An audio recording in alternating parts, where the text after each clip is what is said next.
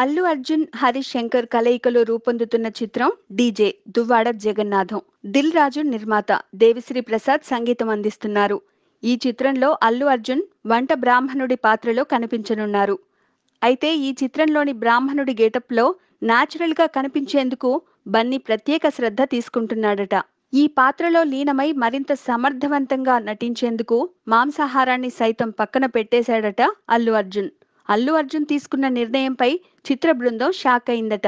నిజానికి అలా ఆహార నియమాలను పాటించాల్సిన అవసరం లేనప్పటికీ నిజ జీవితంలో బ్రాహ్మణులు పాటించే పద్ధతులను పాటించడం ద్వారా ఆ పాత్ర తెరపై అత్యంత సహజంగా కనపడేలా వీలుంటుందని బన్నీ ఆలోచన.